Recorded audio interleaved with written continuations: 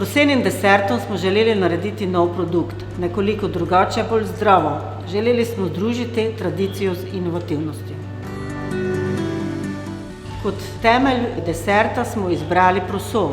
Proso je bilo že od nekdaj živilo tudi starih Slovanov. Proseni zdrob nabavimo v lokalnem mlinu.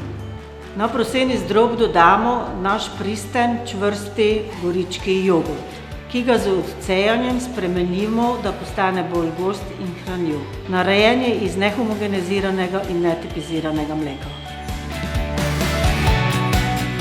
Že odkar izdelujemo naše produkte, kot dodatek uporabljamo sadje, ki ga sami pripravimo. To se pravi, ne uporabljamo nobenih industrijskih sadnih baz.